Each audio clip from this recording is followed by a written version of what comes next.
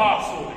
I'm using it more like a spear than a sword, which grants me more leverage, more accuracy, and from here I can pin Andrew's eyeball to the back of his skull.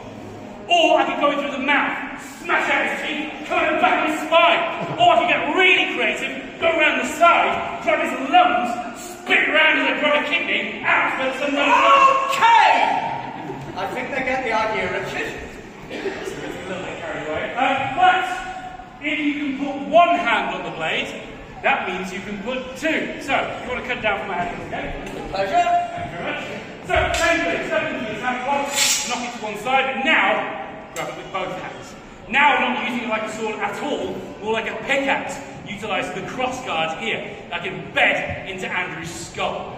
It's called the Mordschlag, or murder strike, because as you can imagine, if I'm successful, it's really going to ruin his death. Or if he's not able to block it, I can still use it to put it down, and then use this thing. It's called the pommel. Normally there's a counterweight blade, but on this occasion, it's very effectively as a tooth removal device.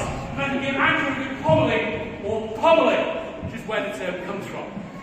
So, there you have it, a little bit more in depth, the two-handed medieval longsword. So if I step in, parry, grab the blade, first part of it done. Now it says, having seized the blade, slip through. So rather than run away from Richard, if I step towards him and slip the cross and the hilt into his face, that crosses him. Now that turns him rather. If I step across here now, all I have to do is simply kick him in the small of the back, send his head reeling, and from here, a simple sword action might well remove his head from the top and altogether. Now perhaps that's what Hans Kalhofer means by that illustration. To be quite honest, unless we get in a time machine, travel back. This one is known as the Kerniger, or crown star, so called because the blade is pointing upwards close to my head, much like a crown. Now, you're probably wondering why we've both got the points of our swords aiming anywhere but at one another. The truth is, we're willing the other to make the first attack. However, the problem occurs if we attack simultaneously this time. So he gets turned into a shish kebab and I get split in two. So, to avoid this, one of us has to take the initiative, and whoever takes the initiative needs to do so without running on to your opponent's weapon. Which is exactly what I'm going to do for my opening move. Instead of launching myself onto Andrew's sword like a fool, I'm going to go around the sword and try and hack his leg off. Because without a leg, he ain't going to be much of a fighter for very long. So I move first, then keep this out of the way, keep the momentum going, remove his leg. Do the exact same thing, keep the momentum going, this time splitting down the middle. Sloping parry here, encouraging my opponent's blade to the ground, then keep a circular footwork, remove his head. Blocking straight upwards from here, I can knock his blade out of the way with a crossguard and then just bring it straight down on top of it. Jumping back, protecting the very taut six-pack there.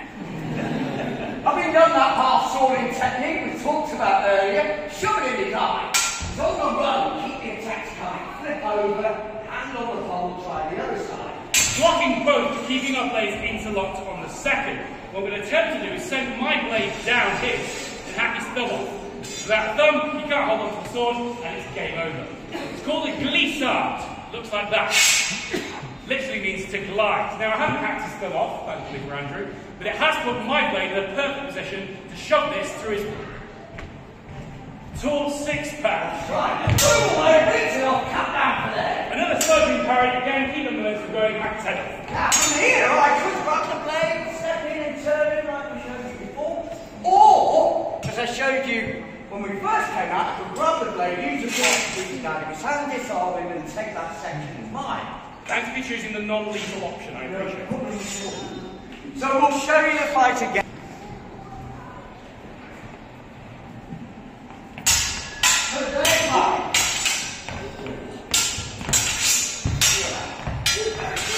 And now! Is that what you're about to?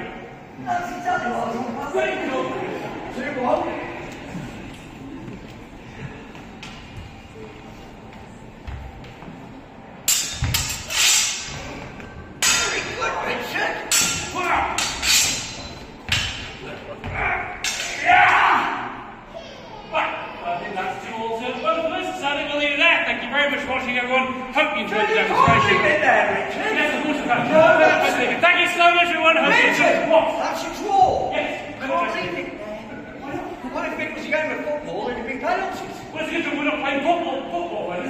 we burst the balls. All right, look. Just for the sake of them, one more section so that we can decide a winner. You want to see another one? Yeah. Okay. You want to see one more section? Great. But I'll leave the next decision up to you. Would you like the loser of this section, to lose in a very gentlemanly and chivalric manner? Or would you like to see them totally crushed and deeply humiliated? Now let's have a show of hands. Who's for losing in a gentlemanly and chivalric manner? Really? Thank you. And who's for totally crushed and deeply humiliated? What a surprise! This is what happens when you make museums free. You got what you paid for. Right. Okay, this is really high. Are you ready? Fondage from the roof. You expecting a low flying pigeon? Why is that then? Yes! Give me that. Yeah!